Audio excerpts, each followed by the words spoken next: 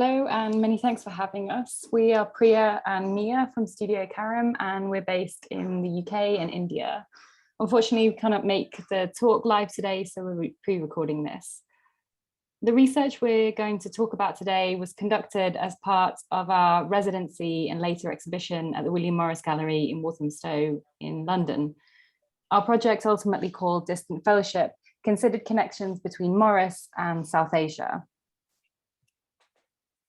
The project culminated in an exhibition at the gallery consisting of a reading room where visitors could engage with the research we'll talk about today.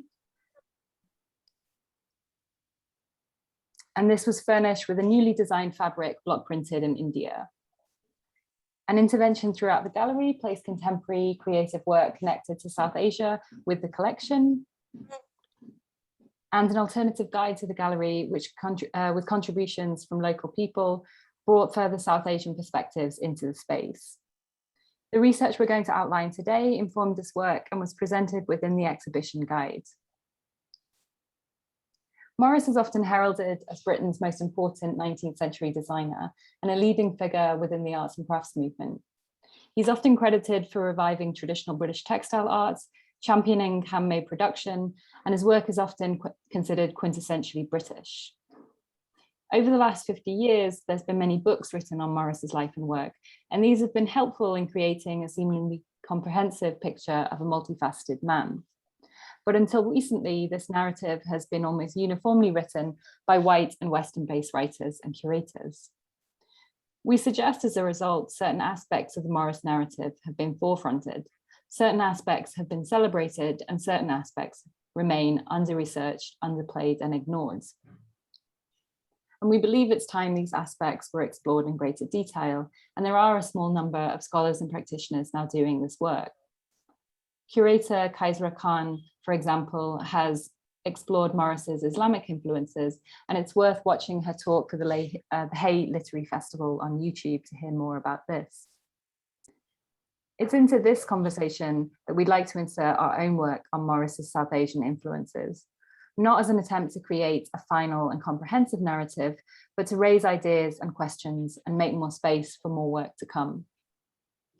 We believe it's particularly important, especially for the William Morris Gallery in its multicultural surroundings of Walthamstow, to question why the story of Morris remains relevant and why it has been told the way it's been told. This creates space to question what elements have been left out, removed, and ignored, and begin to consider other perspectives and draw them into a more relevant approach for our time and the gallery's public. For us, Morris's connections to South Asia can be considered in four ways: the larger context in which he lived, Morris's design practice, Morris's understanding of South Asia and approach to imperialism, and Morris's legacy. And we're going to focus on just the first three today. To really understand Morris's relationship with South Asia, it's important to also place him within the wider context in which he lived and worked. Morris's younger brother was stationed in India as a commander in the Indian Army, and Morris's company, Morris & Co., designed the west window for St. Paul's Cathedral in Calcutta.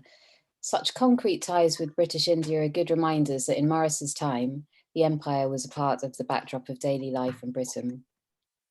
From chintz cloths exported from the Coromandel coast to kantha embroideries originated from parts of contemporary Bangladesh and West Bengal, South Asian textiles had been traded abroad long before the British Raj.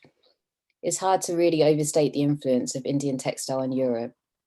The textile historian Brenda King, who we sadly lost recently, once wrote, "We cannot conceive of European textiles today without taking into account the influence of Indian textile traditions." And Morris himself once wrote, "It's hardly worthwhile as an artist going into history of this art in Europe, since whatever was really fine in it was little more than a literal copy of Indian or Persian originals." We're not going to go into too much detail on this context today, as it's likely to be very familiar to many listeners. But what is worth emphasizing is that Morris worked during a time when the British design establishment was questioning what good design was, critiquing production at home and looking to India and South Asia for examples of good design. A place like the South Kensington Museum, for example, where Morris was an advisor, was quite literally built upon collections of Indian arts and crafts, and Morris even took a trip to Paris to attempt to acquire a textile sample book for the museum, which contained examples of South Asian designs. One figure from this time worth focusing on for a moment is George Birdwood, an official in the British Indian Administrative Offices and popular commentator on Indian arts and design. Like many of his contemporaries, Birdwood was also interested in South Asian art and design as objects of extraordinary skill, but perhaps more than others, Birdwood was also particularly interested in the people and social structures that he believed had produced these. To Birdwood, India's so-called antiquity and its social milieu, composed of the patterns of village life, of caste, religion, guild structures, became important focal points, tying design theory to ideology, which became increasingly popular in the 19th century and which also took the village as its core space of study. Unlike Birdwood, Morris didn't focus on hereditary caste structures, as he was certainly interested in village level cottage industries and admired Birdwood's criticism of British influence on Indian art and design. In 1878, Birdwood authored his handbook to the British India section of the Paris Universal Exhibition. In this, he lamented the destruction of Indian art and design, attributing this to foreign intervention and industrial manufacture. The next year, Morris and a number of his contemporaries co-signed a letter in support and encouragement of Birdwood's criticism. So what we think is important here is to remember that whilst documenting connections between Morris and South Asia in the archive might be fragmentary, Morris didn't work in a vacuum, and the context of empire in India surrounded him, and indeed anyone working within British art and design.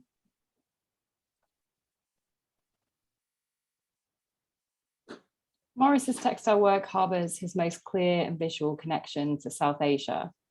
The patterns and processes he used reflected his admiration for design from the subcontinent and demonstrate the ways in which he drew these into his own work.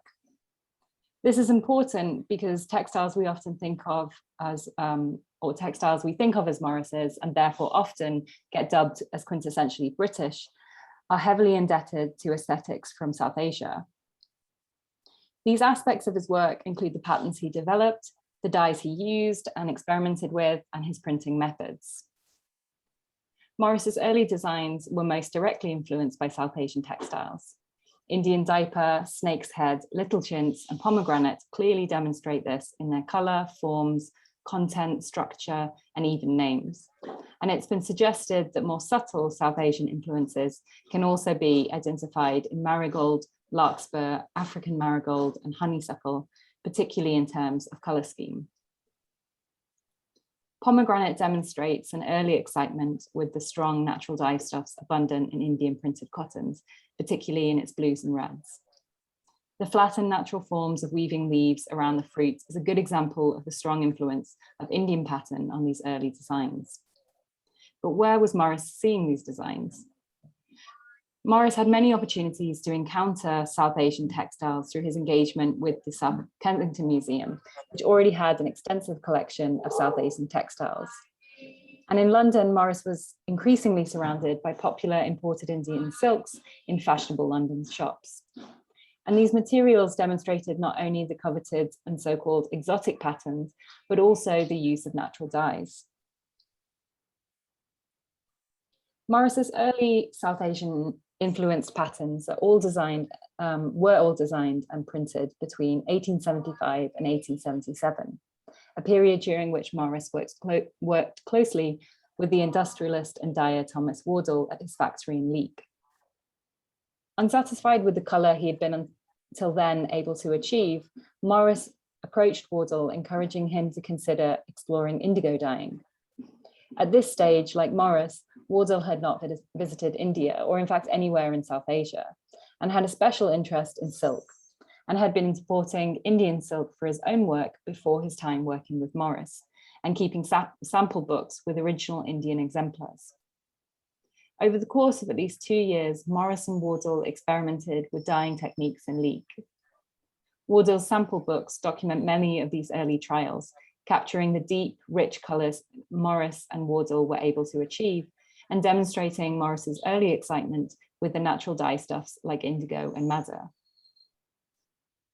Although almost all Morris's textile designs were intended for upholstery and so were largely printed on robust cotton, in 1878, Wardle included Morris's patterns marigold, larkspur, African marigold, and honeysuckle on silk in the India section of the Paris Exposition Universelle. The contribution of Wardle to this section demonstrates his own increasing interest in the commercial potential of Indian silk.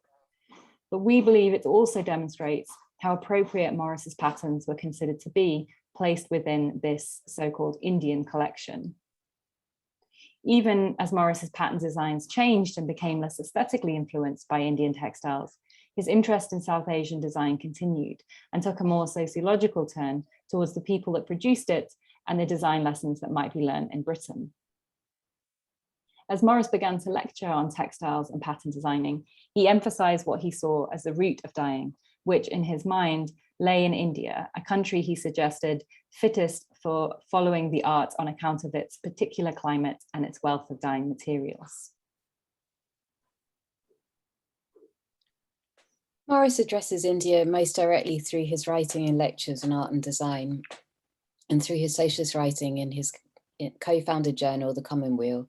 Whilst Morris's writing on British India are fragmented, what we have gives us a sense of where Morris's interest in South Asia lay, and particularly how he connected his admiration for South Asian art and crafts with his socialist approach.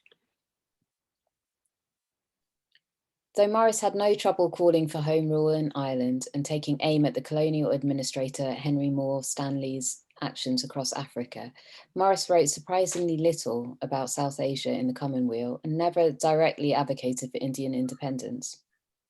Morris was ready with a strong critique of troops and tax collectors in India and wrote critical notes on a broad range of issues from the Indian railways to colonial exhibitions, but he was less vocal in his critique of other members of the imperial establishment in museums and art institutions. A quote like this one is revealing. He says, "Famous wares so praised by those who 30 years ago began to attempt the restoration of popular art amongst ourselves are no longer to be bought at reasonable prices in the common market, but must be sought for and treasured as precious relics for the museums we have founded for our art education. In short, their art is dead and the commerce of modern civilization has slain it." Morris was quick to directly criticize what he saw as the destruction of arts and crafts in India, attributing it to modern industry of colonialism. But Morris provides little in terms of prescription for what to do in India. Whilst he clearly respected and admired Indian artisans for their craft and skill, he simply did not go far enough to imagine a role for or agency of South Asians themselves. And like many colonial administrators in India, Morris's approach to Indian art and design was largely preservatory, providing a role for British colonists as the saviors of India's dying arts. Morris, like many of his contemporaries, imagined the Indian village as the so-called authentic India and a necessary venue for the production of quality arts and crafts. Indiology, the increasingly popular academic study of India, also saw the Indian village as the core of traditional India, and a place that demonstrated India's past living in its present. This idea is evident in the study of India's arts and crafts too, and the ideas of people like Birdwood and Morris who idealized village life. This is an important point because this view of South Asia as a place of tradition and deep history still affects how we frame art and design from the region in British museums today. In the same museum, the Morris narrative remains largely remiss of his global influences. Morris continues to represent the British arts and crafts movement, and for many, his work remains quintessentially British in aesthetic. We are, however, increasingly seeing artists, designers, curators, and writers beginning to engage with the Morris legacy and challenge the perspectives this has been written from. We believe such contemporary responses challenge a sense of ownership of the Morris narrative and open it up for new perspectives and further research into areas yet unexplored or ignored. And we believe that such work placed in cultural spaces and institutions like the William Morris Gallery is critical at a moment when we are finally questioning who our museums and galleries are really for. So thank you for listening. And if you'd like to read any more about what we've spoken about today, our research booklet as a PDF can be downloaded from the William Morris website, and we'd be happy to share this as well. And you can get in touch via our website or the email ID that's written here. So thank you very much. Thank you.